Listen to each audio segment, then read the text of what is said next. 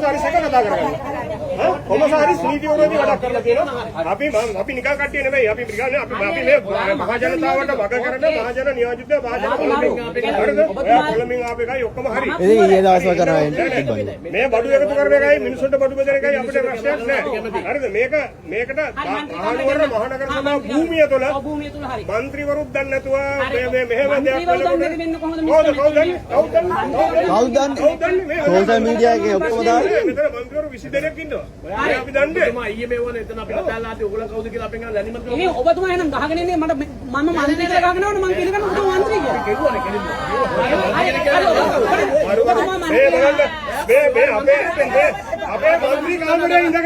අපේ മന്ത്രി කාමරේ ඉඳගෙන පිටත්තර පුද්ගලයෙක් අපිට අභියෝග කරනවා.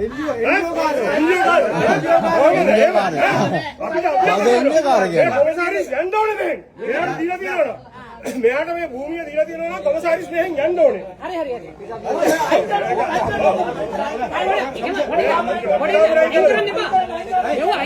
ඇයි අයින් කරන්නේ? නෑ. අපි අයින් කරන්නේ. මිනිස්සුන්ට උදව්වක් කරන්නේ. හොල්ලෝනේ අයියා. හරි.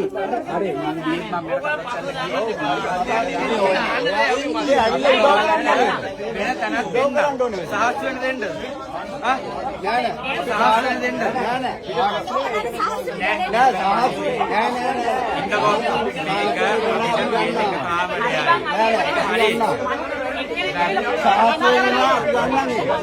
ඒක මම දන්නවා. මේ දවස් ටිකම සාහස් වෙන්න දෙන්න. හරි හොඳ දැන් අපිට සාහස් වෙන්න දෙන්න. අවුලන්නේ අපිට තනක් දෙන්න අපි යන්න. ඕකේ. අපි අවුලන්නේ. අපි සාහස් වෙන්න දෙන්නද? සාහස් වෙන්න දෙන්නද?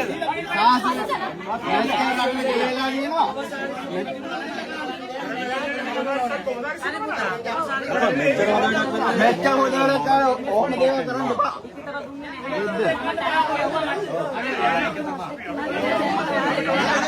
නෑ රණ්ඩු කරන්න ඕනේ නෑ.